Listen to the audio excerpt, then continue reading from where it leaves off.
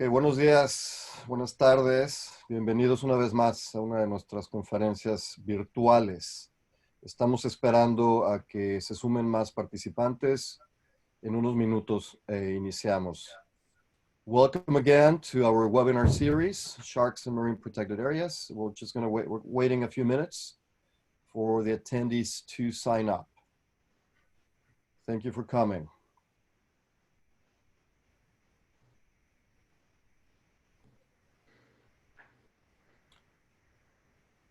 And it's going up 63. Let's see where they're coming from, Yanni.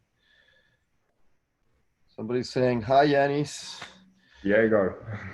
David Gutiérrez from David Conam. Gutiérrez con AMP. Buenos días, muchas gracias por participar una vez más.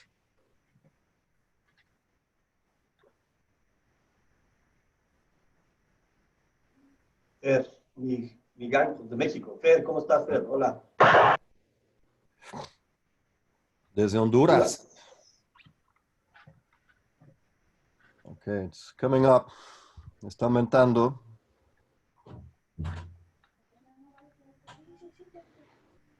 Yucatán. From the UK, Yanni. Homeland. Honduras again, so a good number from Central America as last time. Super, ahí va subiendo. 80 participantes, 80 participants already. Oh, Saudi Arabia. Saudi Arabia. Maybe Cost? What's the name of that university? Yeah, yes, Cost University, of course. Yeah. That's it. King Abdullah's, right?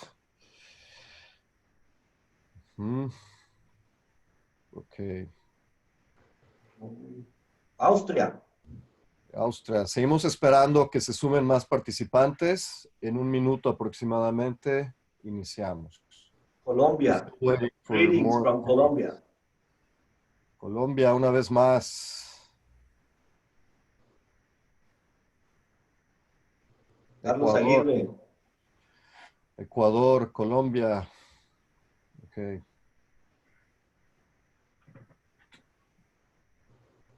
Momentito más, iniciamos.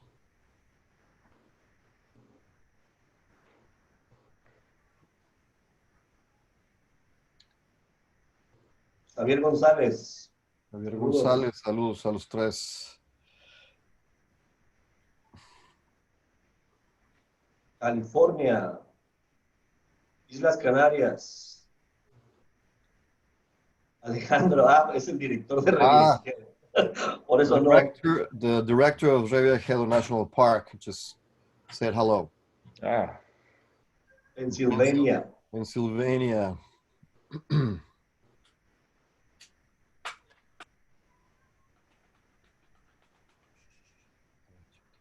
Cierra la puerta, cierra la puerta.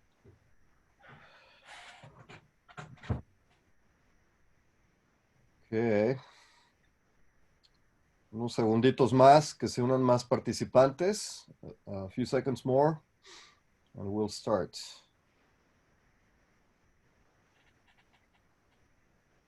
Sharks for us. Greetings. Sharks for kids? No. For us. For us. Okay.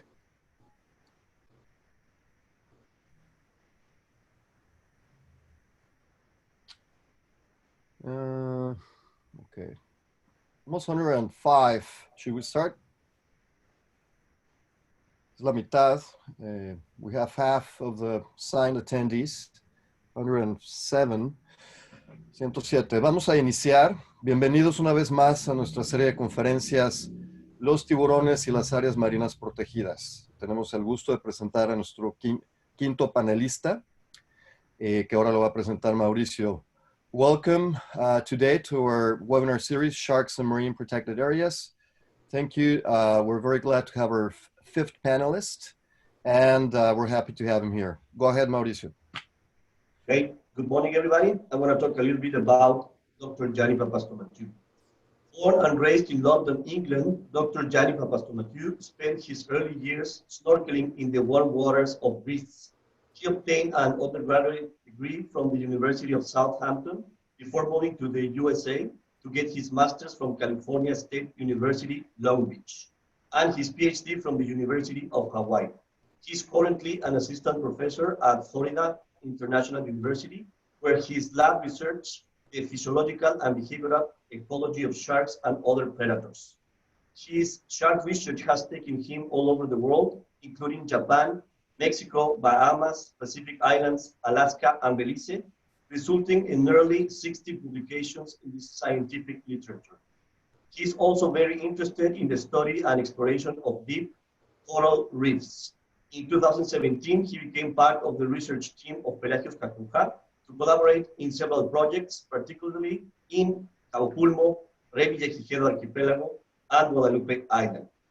Bueno, aquí, como lo dice su biografía en inglés, bueno, Yanni es parte de Pelagios Kakuja y nos ha ayudado en bastantes proyectos. Hemos colocado cámaras en tiburones blancos en Isla Guadalupe. Queremos hacer lo mismo con tiburones tigre en Rey Villagigedo.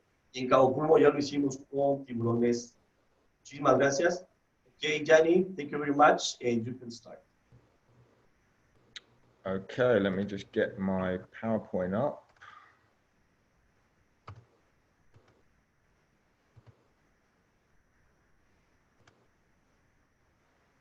Okay, can everyone see that okay? All right, I'm assuming this will come through okay. So yes, thank you all. Go ahead. Yeah, okay, yes. Great.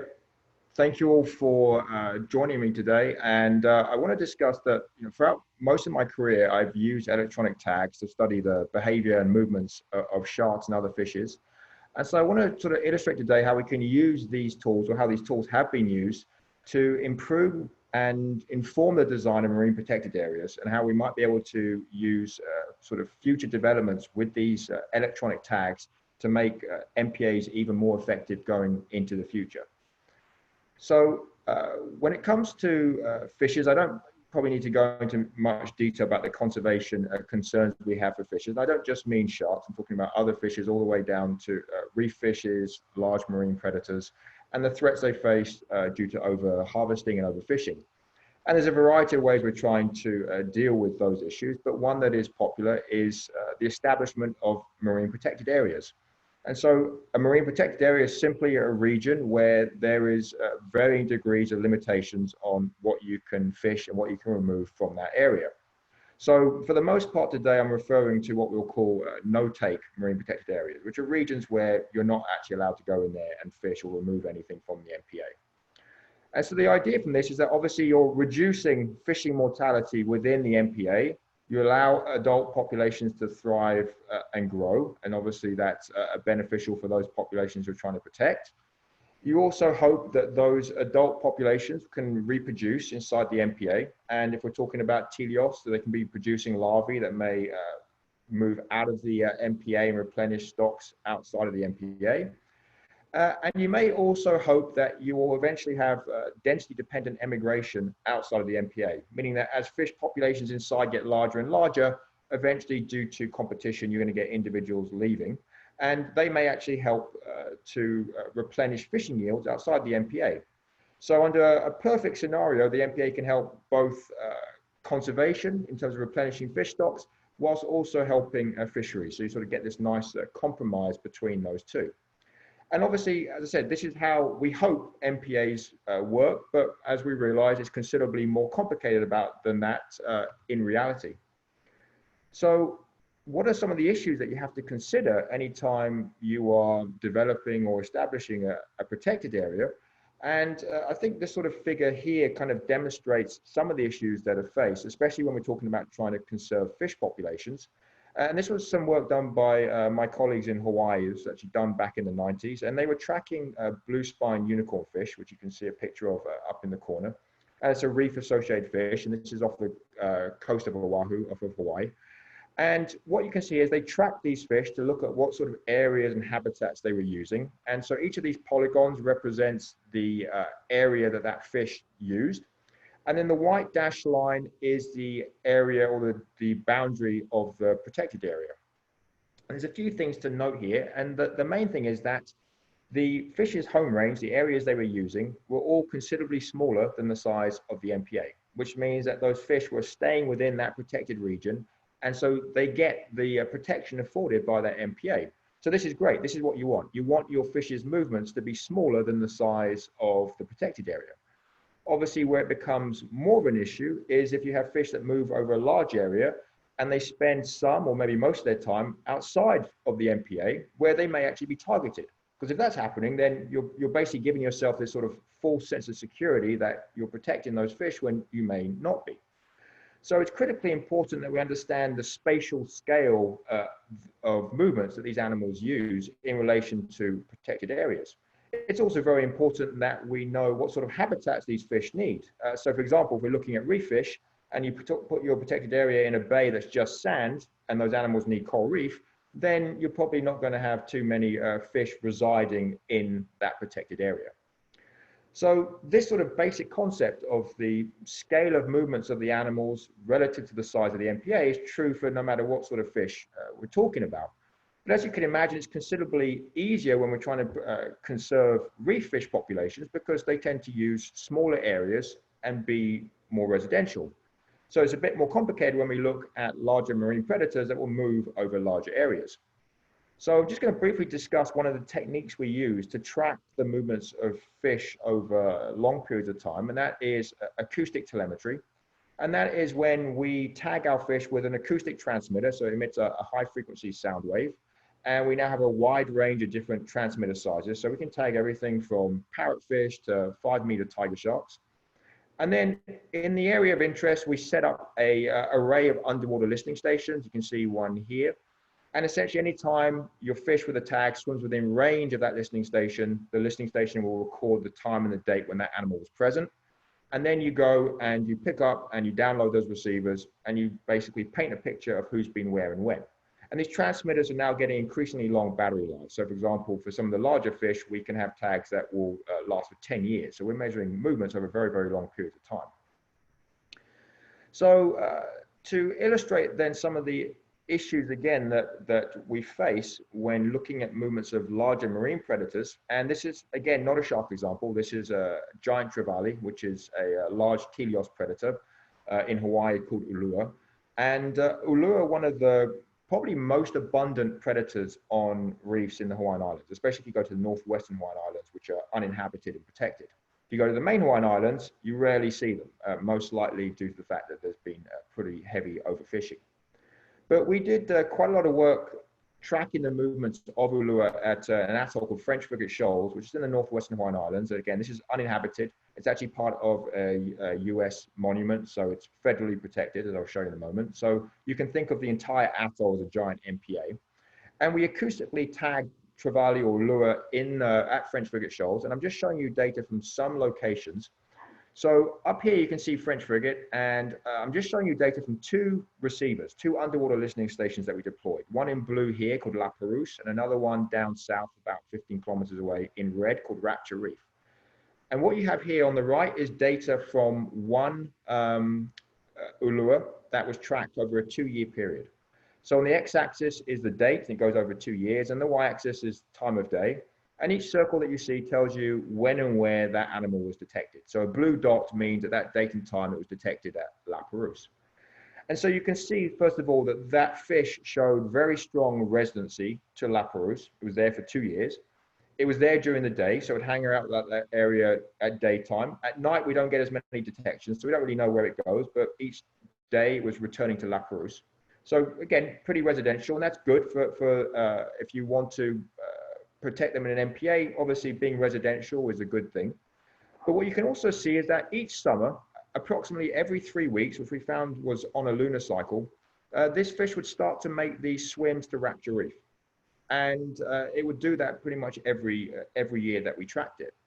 Now, what's more, it wasn't just this fish. Every single fish we tagged at the atoll, and we tagged a lure all over the atoll, didn't matter where they were tagged. At that summer period, on that lunar cycle, they would make this swim to Rapture Reef. In fact, if you take a look down here, you can see the number of fish detected at Rapture Reef and how that varied throughout the year, over a 2-year period. And you can see that you have this spike round about April, May.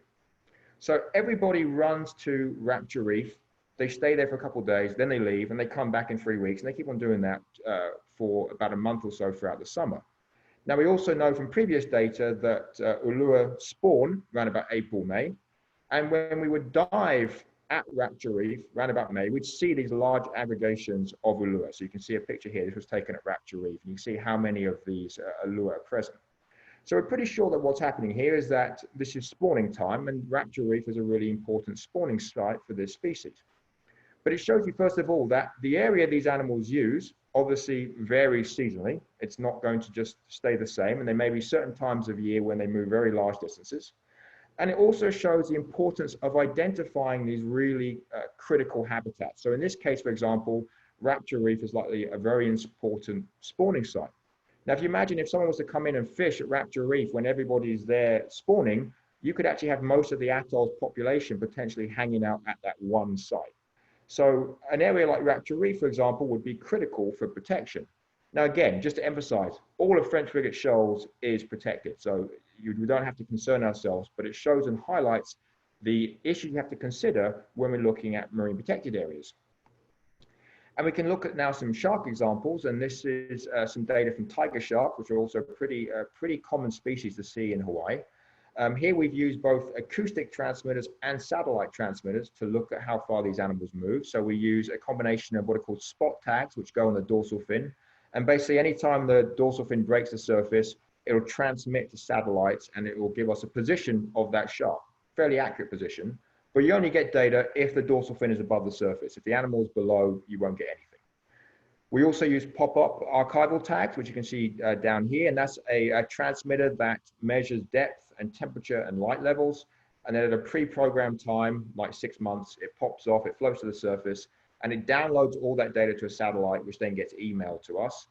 And then we can use the light data to look at time of sunrise and sunset, along with some of the temperature data, and you can put that into some models that will predict the position of the animal based on those parameters. So we can track them over long periods of time, and we don't need them to be within range of the acoustic listening stations.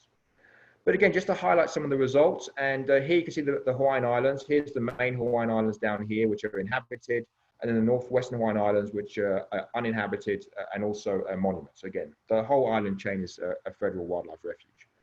But you can see the tracks of some of those sharks, and you can see clearly that tiger sharks will move up and down the entire Hawaiian Island chain. That's over 1,500 kilometers of islands. You can also see from acoustic tagging, like we, for example, tagged tiger sharks at French frigate shoals that were detected on our receivers on Oahu, or the Big Island. So they will quite happily move up and down the island chain. So obviously, these animals can move over vast areas, huge areas, and that makes it very challenging, particularly if you're trying to use marine protected areas to protect the animals. And so realistically, for a lot of these animals, there's no way you're going to protect all the areas they use. It's not logistically possible to protect all those habitats. So in that case, if we really want to try to optimize where we place MPAs for some of these bigger marine predators, we have to try to prioritize what are critical habitats for these animals. So what are habitats, for example, that are really important for feeding, or really important for mating, or really important for giving birth? And often we'll see that they can have specific habitats they use for these life history stages. What are important for social associations? Again, we're increasingly realizing the importance of forming social associations in wild animal populations, including sharks. So why these social associations form, we don't really know. It might be related to feeding, it might be related to mating, it might be related to something else. But these social groups are important. And I use this picture here. This is from some hammerheads off the Galapagos, because they're a species that are probably most famous for forming these large polarized schools where we know that there's social associations forming, but we don't even know why hammerheads form these groups. But identifying where they form these social groups is very important. Again, I think those species that aggregate in one fixed area are some of the most vulnerable because it takes very little fishing effort to target a very large proportion of the population. So really then we have to use the electronic tools that we have to answer a few different questions. It comes down to needing to know where these animals go and what are they doing. So what is driving those patterns of movements that we see? Why are they going from here to there? And so there's a few ways we can do that. We can combine telemetry with sophisticated movement models and statistics, for example, to try to tease out as much as we can from just movement data. And then potentially going on into the future, and that's what I'll move on to in the next part of my talk, is using different sensors, what I'm going to call biologging sensors, to try to measure specific behaviors and try to understand really what these animals are doing. So just to highlight how you can use the movement tracks, and again, try to sort of tease out as much information as you can just from the movements. Here's some data from a paper published by Barbara Bloch and colleagues a few years ago. And this is from a very large scale project where they satellite tagged a very wide number of pelagic predators in the Pacific. And here you can see sort of data from some of those satellite tracks. And you can see that there's several species of tuna here. There's 3 species of shark. There's turtles, elephant seals, blue whales. But what they did was they used some fairly sophisticated analytical tools, what are known as state space models, to try to tease out when those animals are in what we're going to call a residential state, meaning when were they in areas where they wanted to stay or wanted to reside in those areas. And the way you can do that is when you have movement data, when you have animals moving horizontally, you can calculate the rate of movement of the animal, as in how long did it take it to move a certain distance, and you can calculate the turning angle, so you can see how much is it turning. And so the basic idea here is that an animal that's residential is going to turn a lot. It's going to be turning a lot to sort of stay within a certain region. If it's in a transiting phase, then it's not going to be turning very much. It's going in like in a straight line. And the model will sort of turn out when the animal is in a residential phase and when it's transiting. So you can see here in yellow is when the model said these animals were in their residential phase, and in blue is when they're in transiting. So the residential phase should highlight really important regions for the animal. For some reason, they want to stay in that area. Now, we don't know why, but we know they want to stay in that region. A transiting habitat is more likely the animals just happens to be moving through that habitat, again, for whatever reason. And again, this highlights the importance of identifying hotspot regions. I mean, if we take a look at the salmon shark tracks, for example, and you can see that salmon sharks will migrate from Alaska as far south as Hawaii. I mean, there's no way you're protecting that entire area. That's never going to happen. But you can also see that there's some very important regions that the animal seems to want, or the animals want to be residential to. So you can see this yellow region over here, or over here on the coastal areas. So this can allow you to sort of focus and highlight on these areas that seem to be important to the animals for some reason. Now, the problem is, obviously, you can't say why is that area important. So we have no understanding of why is this region residential, what is driving that behavior. And so that's where I hope that, you know, at least going into the future, biologging sensors will be helpful. So I'm going to use the term biologging. Unlike telemetry, telemetry involves transmitting the data. Biologgers store the data. So they're recording them, which means you have to be able to get that data back. For the most part at the moment, to get the data back from these biologgers, we have to physically recover them, which is obviously a limitation. But going into the future, technological advancements, hopefully we can get past that. So here you can see a gray reef shark that we've tagged with a multi-sensor tag. And just to give you an example of the sort of things we can measure, there's more traditional measures like the depth of the animal, its temperature, water temperature, but now we can also measure specifically behavior. We can have sensors on there that measure speed, sensors that measure acceleration, which tell us about activity. We can even put video cameras so we can see what these animals are doing, what habitats they're in, and how they're behaving. And what we'll do is we'll put these, fix these tags to the animal, and they stay on for a few days, and then they have a detachment method, so they pop off, they float to the surface, and then we have various ways of trying to retrieve that tag. So again, we have limitations. We're not getting long periods of deployments, but we're getting some really interesting data in those short time periods. So this is again showing some of the data from gray reef sharks, which is a species I've worked with a lot in the Pacific. And this is data from Palmyra Atoll, which is in the Central Pacific Ocean. It's again a federal wildlife refuge. It's protected, uninhabited.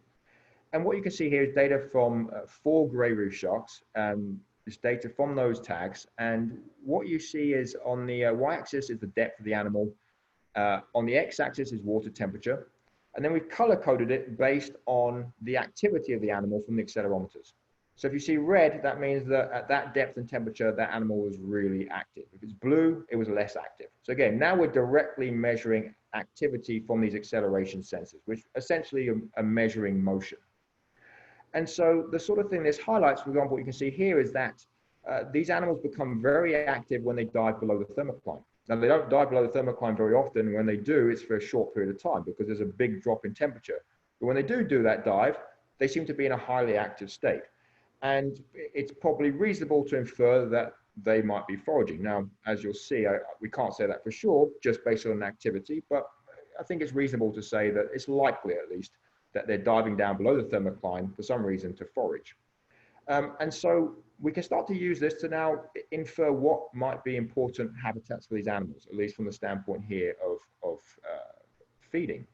Again, just to point out, obviously, when we're looking at marine animals, they don't live in a two-dimensional environment, they live in a three-dimensional environment. So depth is a habitat type, and so that's important to consider as well. But we can also combine this with data, with cameras, to more specifically try and understand what behaviors are driving the patterns we see. So here again is data from a grey reef from Palmyra. This is basically a day in the life of a grey reef shark. So for example, on the x-axis, you have the time of day, on the y-axis is depth. And I've color-coded that based on how active the animal was. So when you see red, that means the animal was in a high activity state, grey, low activity. And again, that's from the accelerometers. But we also had a video camera running on that animal. So for example, we can now look what was driving these periods of high activity. So I'm going to zoom in on this period here when the animal was in a red state, so in a high activity state, and we can start to see what was going on. So here you have the cameras on the dorsal fin, so it's pointing towards the, let me go, the front. So you see the shark accelerate towards the reef, snap its head, and if you look carefully right in the corner, you should see some scales sinking. So pretty sure what we're seeing here is that was a successful feeding event, not just a foraging attempt, but it looked like it was successful at actually catching its prey. So we can use the cameras to really try to pinpoint what that animal was doing and then what habitat was it in. And there's all sorts of information we're starting to get from camera data. Again, at the moment, we're getting about 11 hours of footage from camera tags, but the amount of footage we're able to get is getting more and more, increasing more and more. The technology gets better, and now there's actually deployments going on currently with SEALs, for example, where they're able to get recordings, not continuously, but get camera footage for animals going out for several weeks to sometimes months and understanding their behavior. So in the case of the sharks, we can combine the data we get in terms of their patterns of activity with the patterns of space use we get from more traditional telemetry methods. So again, we acoustically tagged a lot of grey reef sharks at Palmyra. We had listening stations, those receivers all around the atoll, so we could look at their movements, we could look at their space use. One of the things we could see from the accelerometers was that these sharks were more active at night, and we could actually calculate the probability of sharks being active based on time of day. So we could combine that then with the patterns of space use to make visualizations like the one you see here, which highlights not only the areas the animals spend time in, but also takes into account how active are they at that time, based on time of day.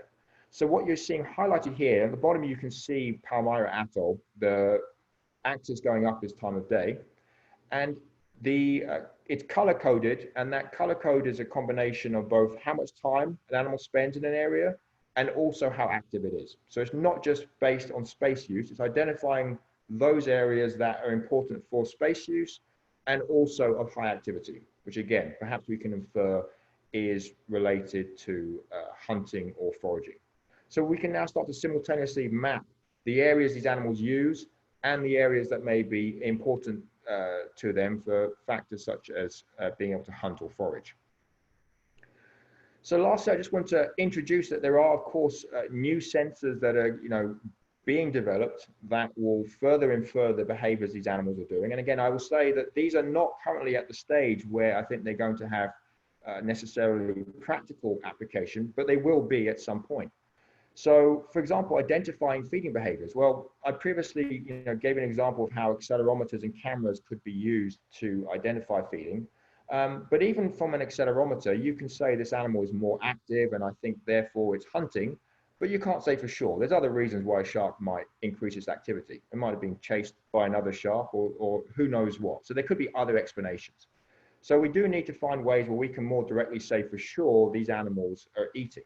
So one of the things that we've experimented with have been data loggers that go into the stomachs of these sharks and measure parameters such as pH, how acidic is it, or electrical conduction. And those are all parameters that will change when an animal eats. So this is just some work from a captive black tip reef shark I did quite a long time ago. But what you see here is the tag was in the shark's stomach for about 12 days, almost 2 weeks. And we were able to feed that shark while it was swimming around in captivity. And that black line is the pH, how acidic is the stomach, and those arrows point to when that animal ate. And you can see this sort of very defined change in pH anytime that animal ate. So if we can put sensors into the stomachs of these animals, release them, and get this data back in the wild, we can start to measure how frequently are they eating. We can even potentially start to estimate how much are they eating. And we can start to, if we combine that with more traditional telemetry, we can also identify where are they eating, what are important habitats for foraging for these animals. I also highlighted the importance of mating. I think that's going to be critical, is identifying mating habitats, if there are indeed specific mating habitats. And there are ways that we can potentially do this. So I've discussed accelerometers in terms of measuring activity, but they can do more than that. You can use accelerometers to look at the orientation of animals. So for example, if you have one on a shark, you can tell, is it level? Is it head down? Is it upside down? And you can get that orientation. And we know from building sort of an increasing number of observations of shark mating that they have pretty specific behaviors when they mate.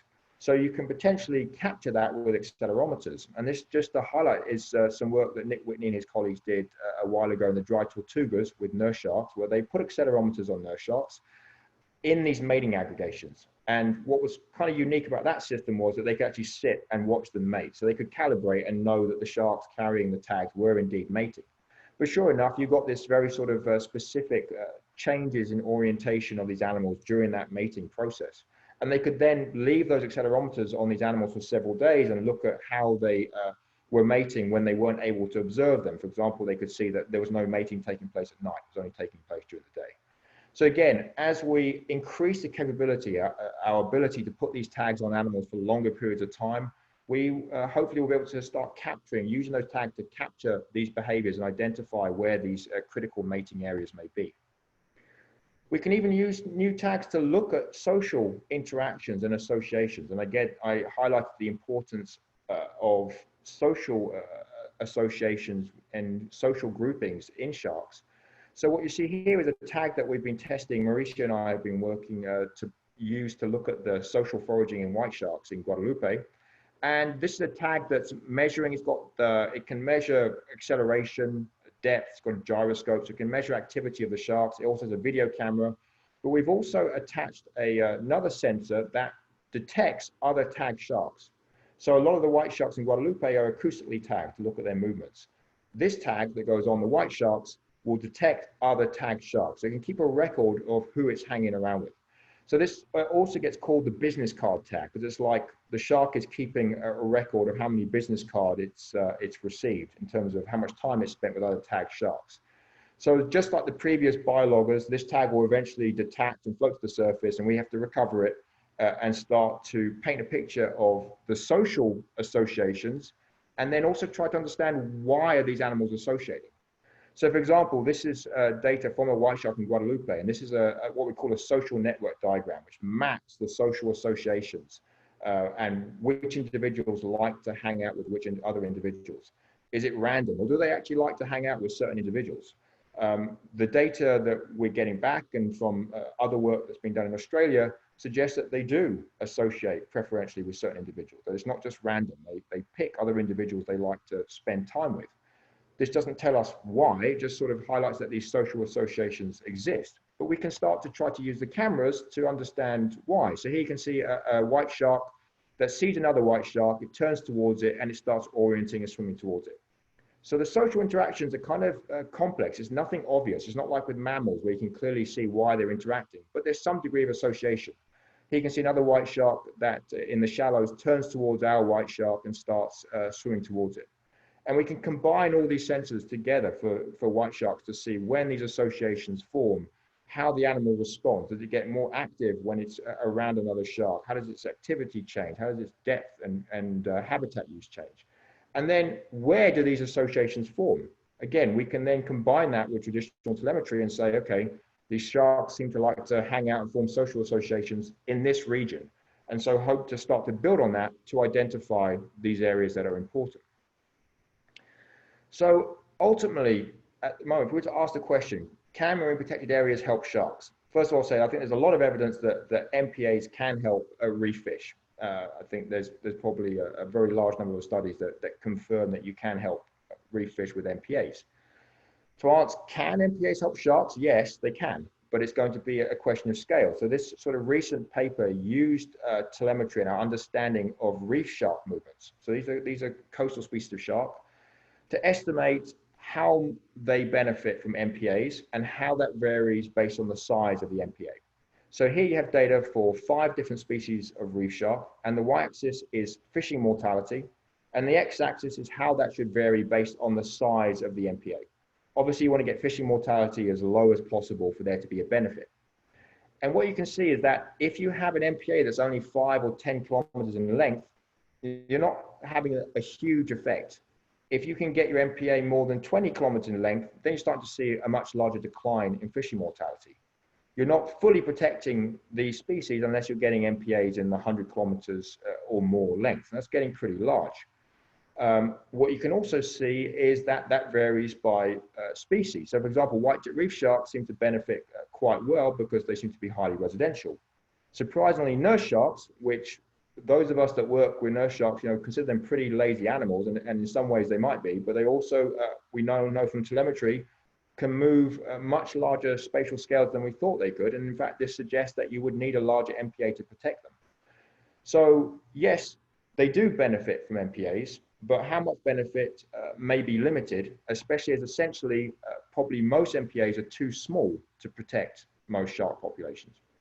And I'll also add that what I've discussed today has mostly revolved around coastal species of shark, reef shark, which are much more residential than pelagic sharks.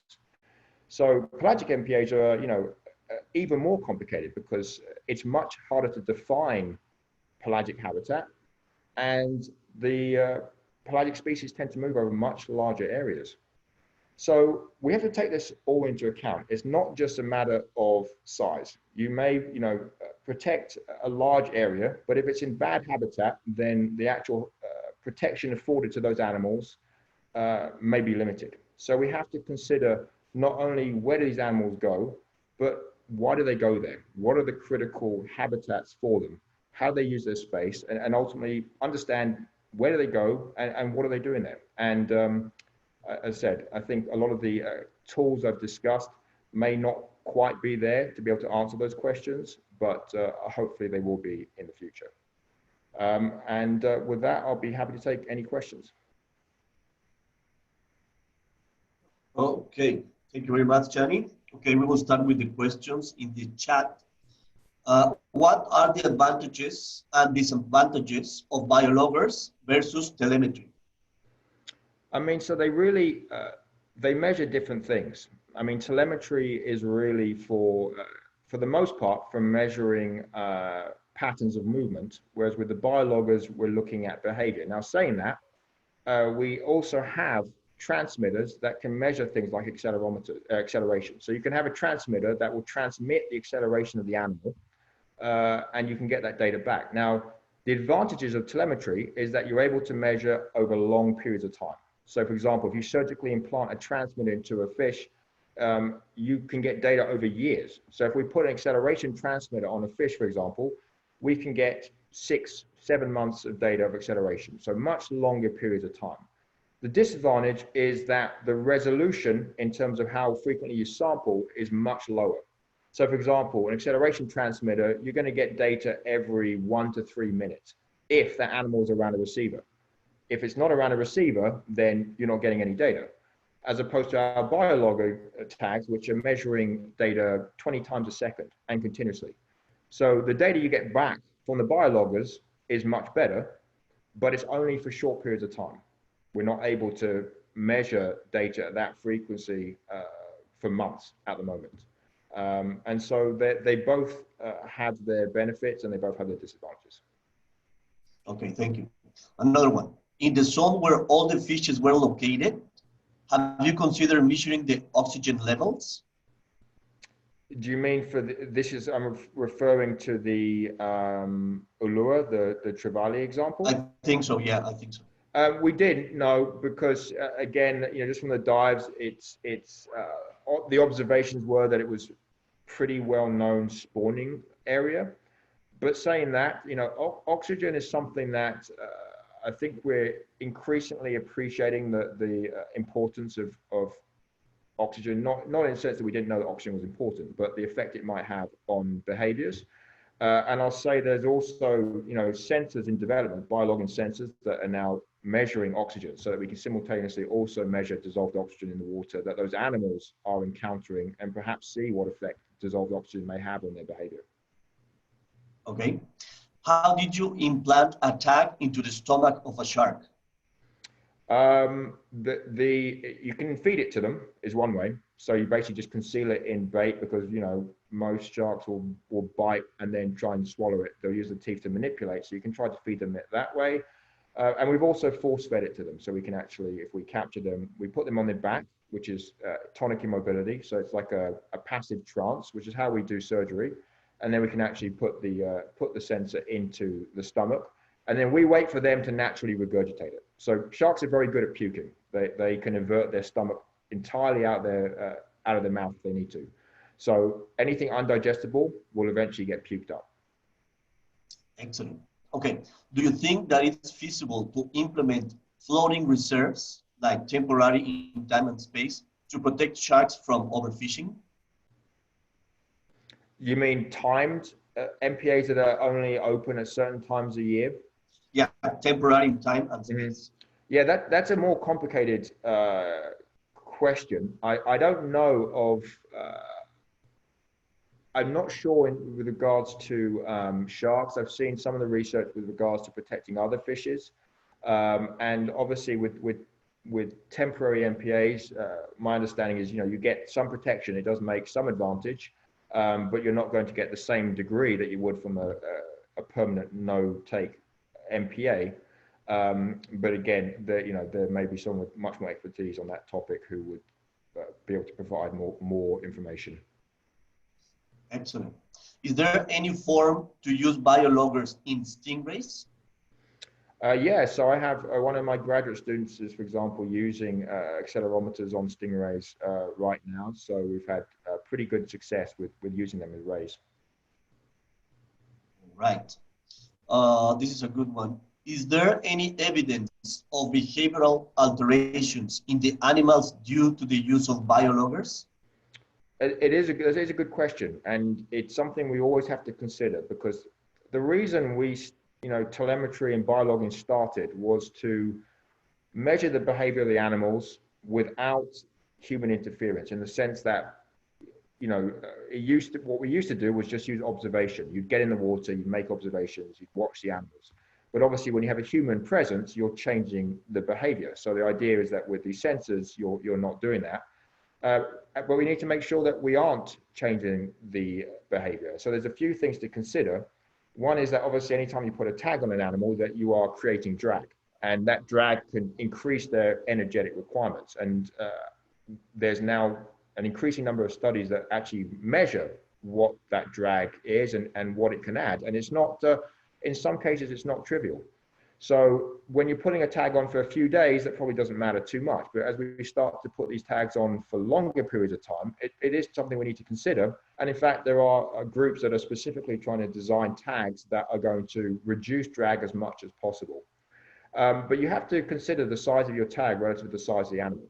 Absolutely. I mean, there's plenty of sharks or fish, I should say, where they're too small for some of these tags. It's nice when we work with things like white sharks, for example, because we can put much larger tags. So some of these tags we can't get much smaller at the moment. So I think it's a very important consideration. I haven't seen any obvious evidence that our animals have had altered behaviors because of it, but it's sometimes difficult to say, and it's definitely something we need to consider. Okay, let's see. James, have you found any other question? Well, there's a bunch of questions and answers. It says, what is the biggest problem when trying to make an MPA larger?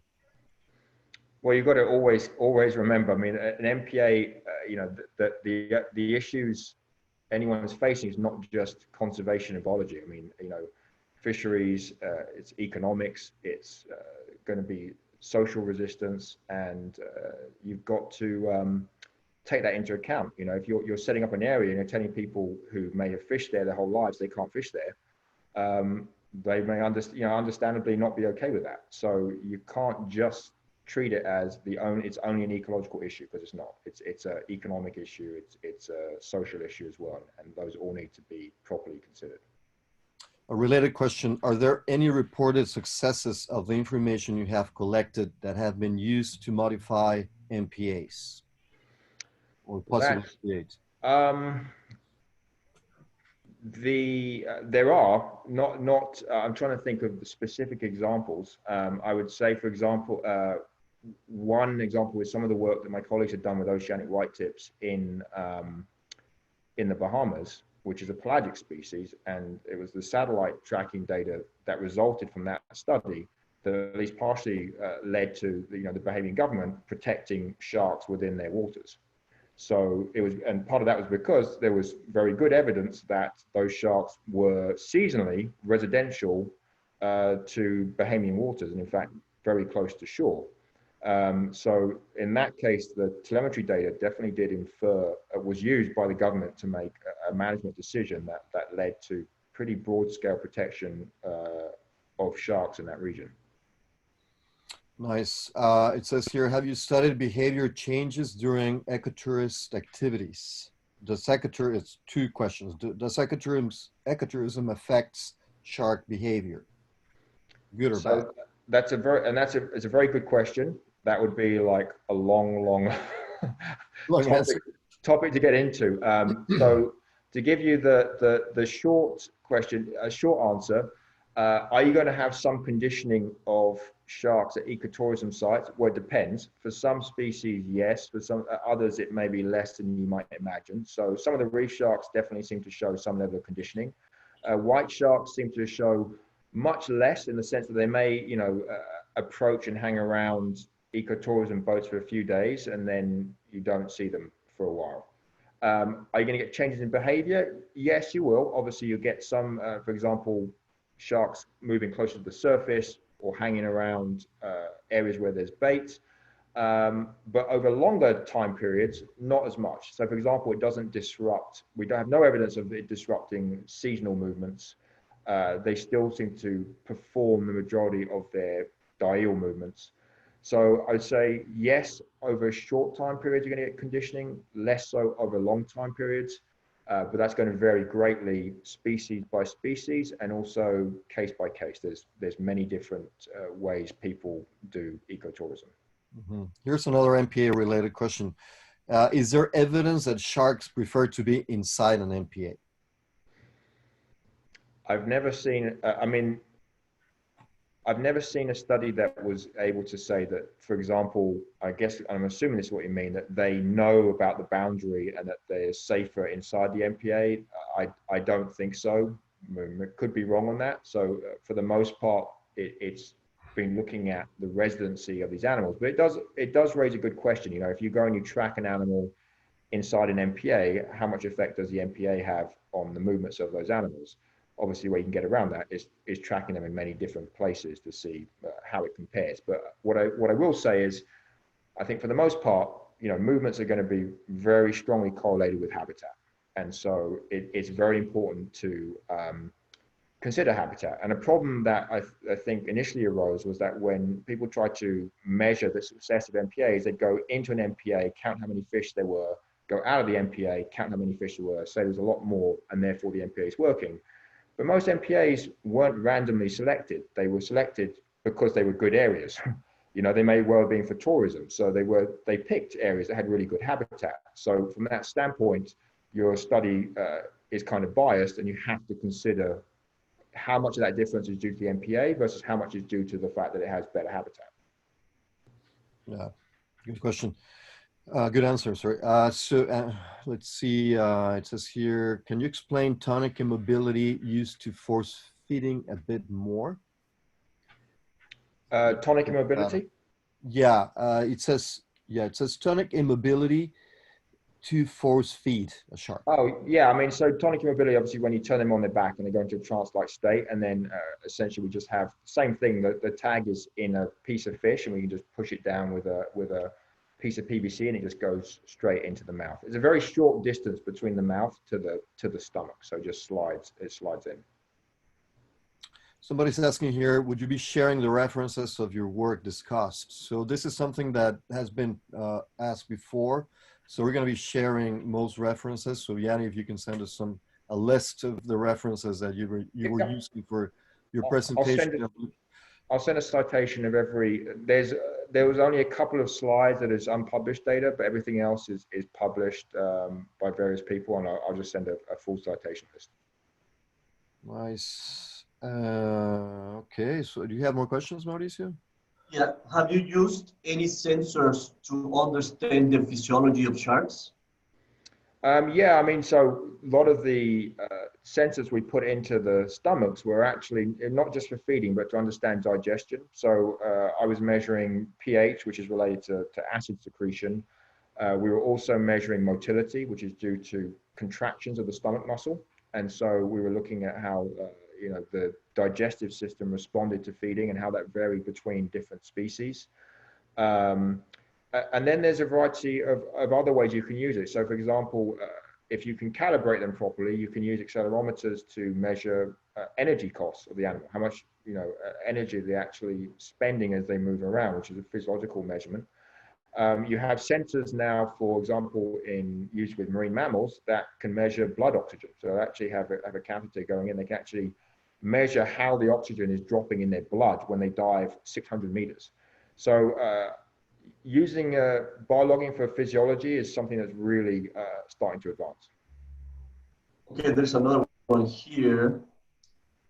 Just to have a general idea, how big should ideally be a marine protected area to warranty sufficient protection, at least for the reproduction of sharks? For example, tiger sharks. Unfortunately, I couldn't answer that question, and I definitely couldn't answer for tiger sharks, which are one of the most wide-ranging, difficult to describe species in terms of they are kind of true ecological chameleons. They're not easy to describe what they do, unlike some other species. I think the best reference I have is the one I showed at the end, where they were estimating how large an MPA would need to be to fully protect sharks. And again, I may be wrong, I think it was getting on, you'd have to be about 100 kilometers in length. I don't know whether that considered the perhaps seasonal reproduction movements, because again, as you saw with the trevally example, sharks will form mating aggregations, and they may go to specific areas to do that. So you may get much wider ranging movements during the reproductive season. There's another one here. How could you use data from physiology in the creation of a marine protected area? Well, there's a few different ways. I mean, so for example, one of the interests we have is understanding what fish base, in terms of what prey base would you need to support a shark population. So how much would they need to be able to consume to be supported? And that requires understanding how much the sharks need to consume, which means understanding how much energy they're using. So the accelerometers or speed sensors in combination with energetics, where you can measure essentially the metabolic cost of the animal in the wild, and you can use that to calculate the minimum they would need to eat to meet maintenance rations. And so that's actually something we're quite interested in doing, is then using that to sort of calculate, okay, in terms of what is good habitat, what is the minimum number of fish you would need in this area to support a shark population? Because if there's not enough food, they have to leave. It's that, you know, it's that's pretty straightforward. We have two questions about parrotfish. Mhm. Can you explain more the methodology, step by step, of the parrotfish tagging with acoustic telemetry? Mhm. And what type of acoustic tags do you use in a parrotfish?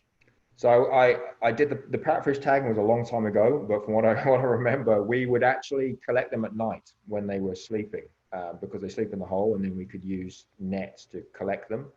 And you can use the fish anesthetic to put it to sleep. So we'd bring it back to, they bring them in nets back to the boat, and do the surgery on the boat, keep them in a essentially keep them in cages in the water just to make sure they've recovered and everything's fine, and then release them. So we were using standard Vemco technology, because you can get some very small acoustic transmitters now, and certainly no problem implanting them in parrotfish. A question related to this. Are these devices custom made or commercially available? No, I mean, these are now pretty big companies that for the most part, I'll take that back. The telemetry there's big companies. I mean, you know, for acoustic tagging, you have Vemco or Sonotronics. For satellite, you have Wildlife or Microwave. So there's a few different companies, but you know, you go with them to what you want to order, and you get them. If you want camera tags, there's a variety of different companies that make those now. So it's not like it used to be when researchers had to build their own transmitters. Now, for some of the more experimental sensors, then you know, you have to find some in-house way to design those. But fortunately, for the telemetry is pretty much covered by companies, and you just order them. We have a good one here. Any recommendations for tourist companies for recognizing behaviors and affect the less possible the shark's behavior over the long period?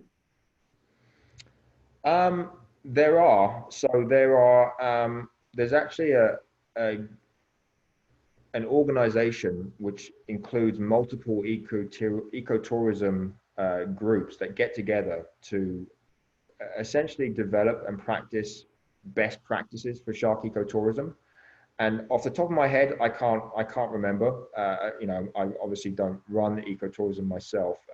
I've worked in looking at the effects of ecotourism with sharks, but I can't remember the details specifically. But they have a best practices list of how are the best ways to run an ecotourism operation to both be safe, but also to try to minimize the behavioral impact you'll have on the shark. So if that person wants to send me an email, I can dig up the contact information there, because I don't remember off the top of my head. Yeah, okay. Do you know about? It's Global Shark Diving is the group. Do you know about any event related with El Niño Southern Oscillation in impacting shark migration patterns? I'm trying to remember if off the top of my head, and I'm drawing a blank, not to mean that there haven't been studies that have shown it. I can't remember off the top of my head. James, do you have any other questions? Yes, there's a couple of, there's here a good comment. It says, great presentation. And it says, just the cost of maintaining MPAs requires a lot of budget. So therefore, it's important to explore other area-based conservation tools with other sectors, such as fish enclosures. What do you comment about that? I mean, absolutely. That's the other issue, is that none of this is free. You know, at any time, it's not just establishing the MPA there's the cost, it's also enforcing it. I mean, again, if you have a nice big MPA with no enforcement, then it's like, okay, you know. So there's huge costs that go along with that. And again, as I tried to emphasize at the beginning, this is just one tool. It's certainly not even close to true to say that the only tool you need is MPAs, because in some cases they may not be the best tool. Thanks, Andy. Here's a good question from Rachel Graham. Hi, Rachel. Thanks for joining. How do you see shark and MPA research being affected by COVID-19 impacts and rising food insecurity? That's a good question. I'm not sure how to how to answer that. I mean, I see that temporarily, I'm guessing things will probably improve on the short term, just because there's a lot less human activity going on. But I imagine that there could be a sort of that could backfire later on, as you said, when there's the sort of recovery phase. So I'm really not sure. We're seeing some strange examples of things that are happening close to shore here in Miami, for example, where in the intercoastal waters, which normally you don't see too much, you're seeing manta rays and great hammerheads that traditionally you wouldn't see. So I can't say for sure that that's due to the perhaps a lack of human activity, but I wouldn't be surprised if it was. But yeah, what the long-term consequences are going to be, I have no idea. Nice. I think this was already asked. I think there's more questions, more technical questions, and we're like on the time already. It's 12 o'clock in La Paz, 2 o'clock for you. And so I think, I don't know if you have any more comments, Yanni, or something you want to do for like a conclusion of your talk or whatever. No, I don't. Just if anybody has other questions they want to ask me, I can. Is there going to be a place where I can put my email up, James? Yes. And they can get in touch with me.